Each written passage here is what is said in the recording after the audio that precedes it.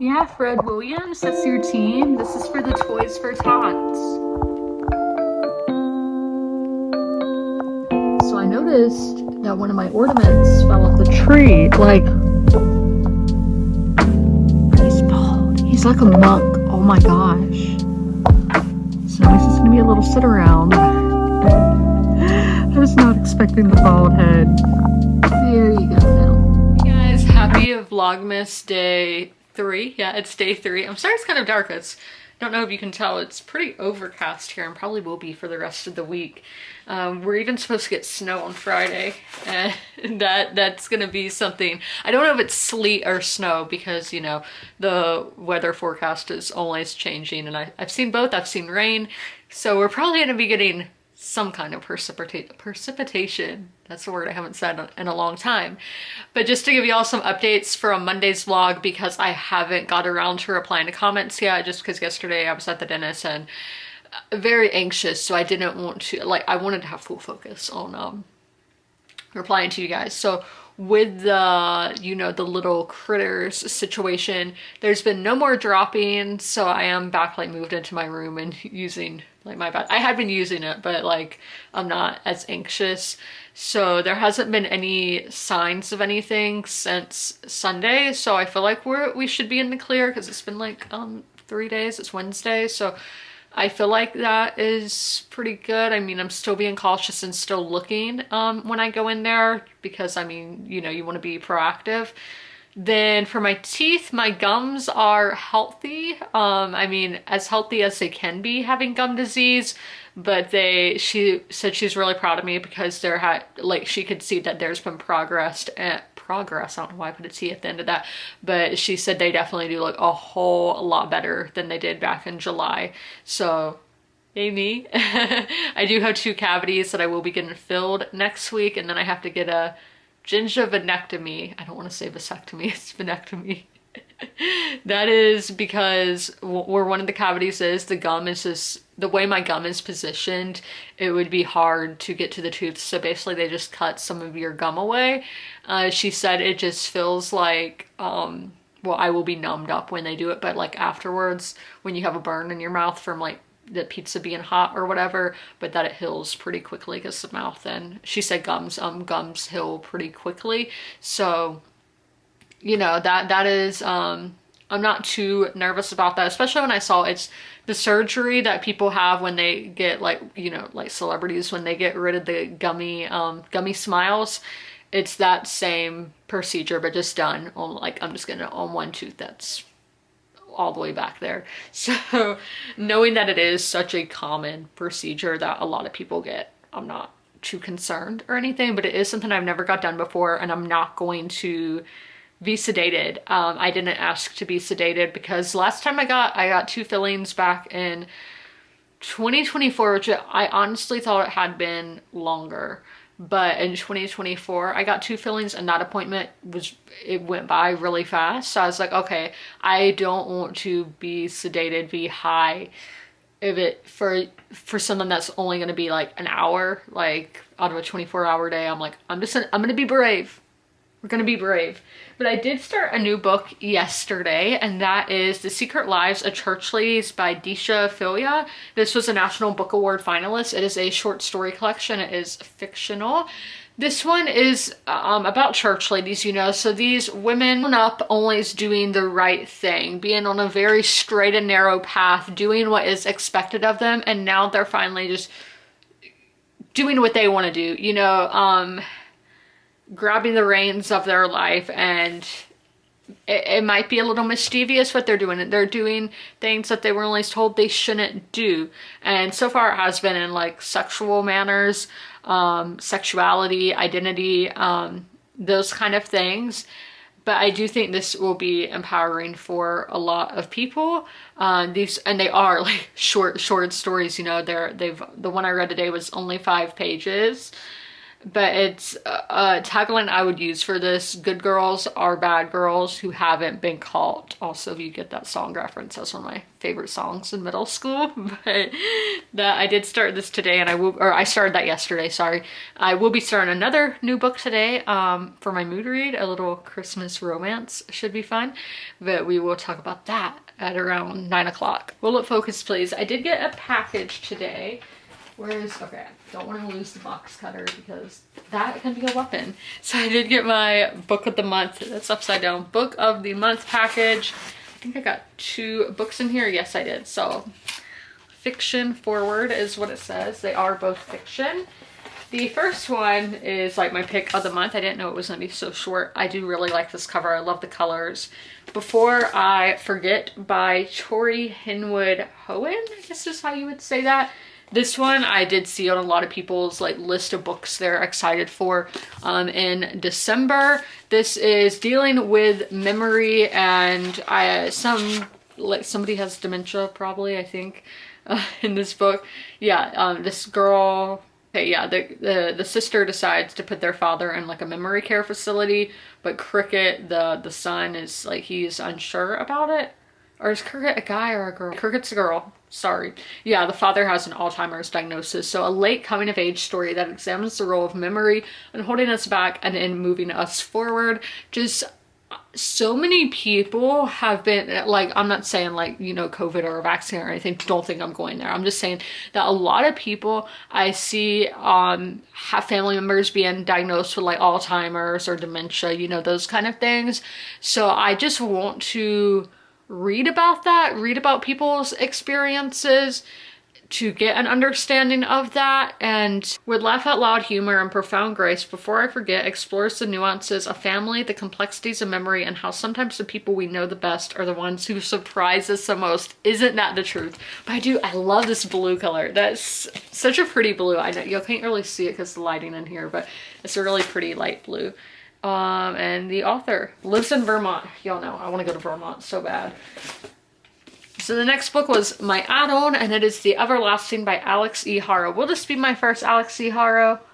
I think so. I'm looking at my fantasy books over there. I think this will be my first by her, but this is an author that has been popular in recent years, and this is the one that just stood out to me. So it says, a legend, a lie, a love story.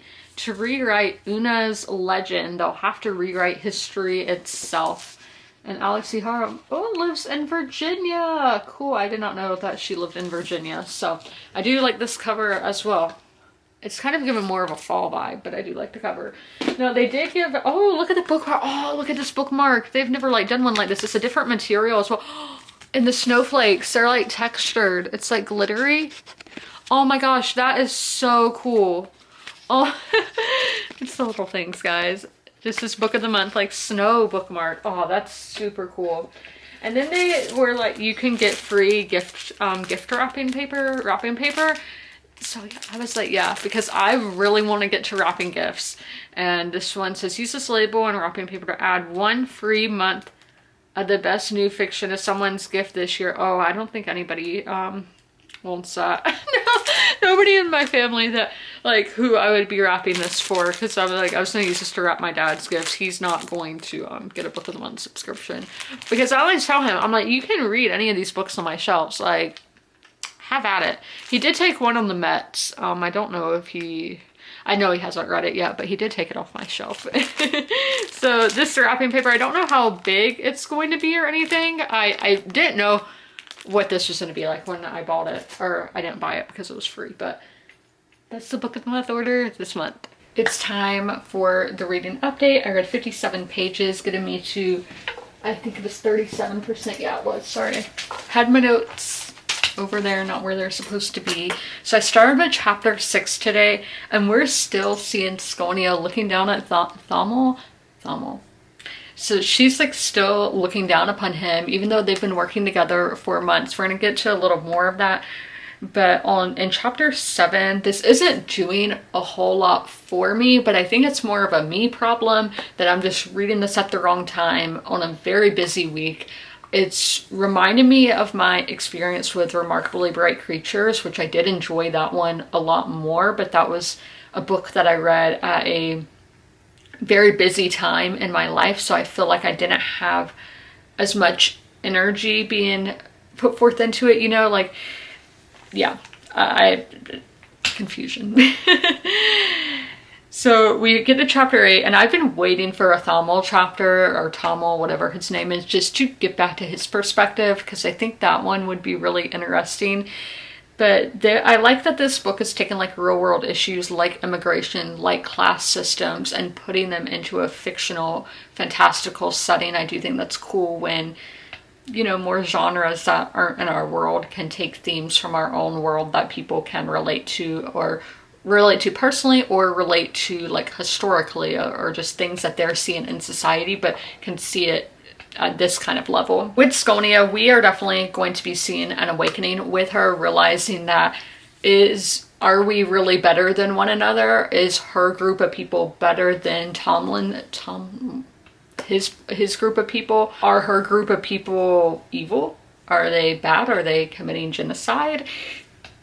So she's going to be having a great awakening. She's going to have a lot of deconstruction or reconstruction with her beliefs that she's going to have to go through. So it is interesting how I wish it was more of a dual perspective. This is in third person, but I wish it was more centered on one character or the other going between chapters, because we have her who is having to go through this, as I said, deconstruction process, or that's where it looks like the story is going to go. But then we have Thamel, who is the outsider in the society, who's having to work with this woman who thinks she's better than him, thinks her society, her culture is better than his. I think it'd be really interesting just to be going between the two heads, but we haven't really gotten that. So this isn't doing a whole lot for me, but I think it's more of a me problem rather than a book problem. Guys, I thought I would get to move back to my bedroom tonight, but no, the drop-ins are back, even though we've closed off everything. So, and you know, we deep cleaned. So I'm like, where is this guy? And my dad's like, I don't get it. Is he just coming in to take a bathroom break? Like, so I am sleeping on the couch once again. But we are going to do the poison and everything tomorrow that we did in the past when we had this issue in the past, which it dehydrates them. So if you have pets, this is like a safe option to go to a poison, and it's just going to be in that one room. And so, you know, all the doors will be closed. It's not like the pets are going to be in there where they can mess with poison, but you know, if it comes to it, that's what you've got to do. So that's so annoying, because yeah, I just texted my friend. I was like, I have not had a cavity since March of 2024. Now I have two. I have one on both sides, and I have not had a mouse in my house since since January, like the New Year's, like the first week of January 2023. So we're coming full circle. Full circle. Shout out to all the new builds. It's them tearing down these woods and everything that's getting all the mice all doing their thing. But I'm about to start a new book. Really debated on starting this another day, but I think I'm gonna start it today. This is, okay, I need my notepad and all of that, but okay, this is Kiss Her Once for Me by Allison Cochran. Sorry, I have a hard time reading that font. So this is a Christmas romance. Okay, I got interrupted about the pest control stuff. But okay, so this is the book. It's a Christmas romance. So, you know, I like to throw in a Christmassy book every Christmas season. I do intend to do more than I have in years past, because I'm just doing my mood reading differently, being more free-flowing, I guess, with it. It says, it's the best time of the year. 1 year ago, recent Portland transplant Ellie Oliver had her dream job in animation and a Christmas Eve bookstore meet cute with a woman she fell in love with over the course of a single night. But after a betrayal the next morning and the loss of her job soon after, she finds herself adrift, alone, and desperate for money. Since finding work at a local coffee shop, she's just getting through the... My dad had to interrupt. Again, so starting the second paragraph over. So since finding work at a local coffee shop, she's just getting through the days until Andrew, the shop's landlord, proposes a shocking drunken plan, a marriage of convenience that will give him his recent inheritance and alleviate Ellie's financial woes and isolation. They decide to spend the holidays together at his family cabin to keep up the ruse. But when Andrew introduces his new fiancée to his sister, Ellie is shocked to discover that his sister is Jack, the mysterious woman she fell for last Christmas Eve. Excuse me. Now, over one very festive week, Ellie must choose between the safety of a fake relationship and the risk of something real. So I'm typically not a fake dating person, but I've heard great things about this book, and I do think fake dating in certain situations, it does work out. No, I've seen multiple romance books where it's like, you have to get married to get this inheritance. I've seen that in the Sims games as well. If my family does that, they wouldn't, but like, I just don't understand, like, I guess people just want their bloodlines to continue. I don't know, like, why is that always a thing where it's like, you have to get married to get the money, like, I don't know, but I'm going to start this now, and I am going to be following along with the audiobook. Look at the Christmas lights that go like all the way around. That's cute. So I'm going to start this. Keep forgetting to turn on the lights. So I read 15 pages in here. That's only 4%. So I don't have an update for y'all yet because that was basically the prologue and then chapter 1. So that is all for today's vlog. I swear tomorrow's vlog is going to be a lot more exciting, a lot more happy. It's going to be something different than I've been doing recently, so kind of different.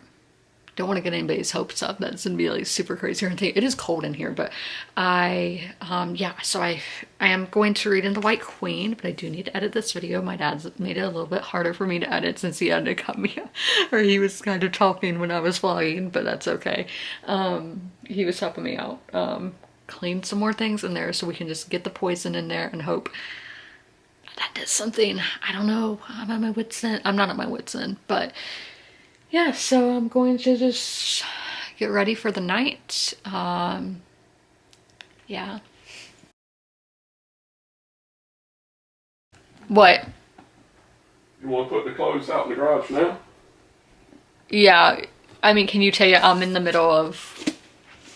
Yeah, I'm doing it. You do? Okay, just be quick about it.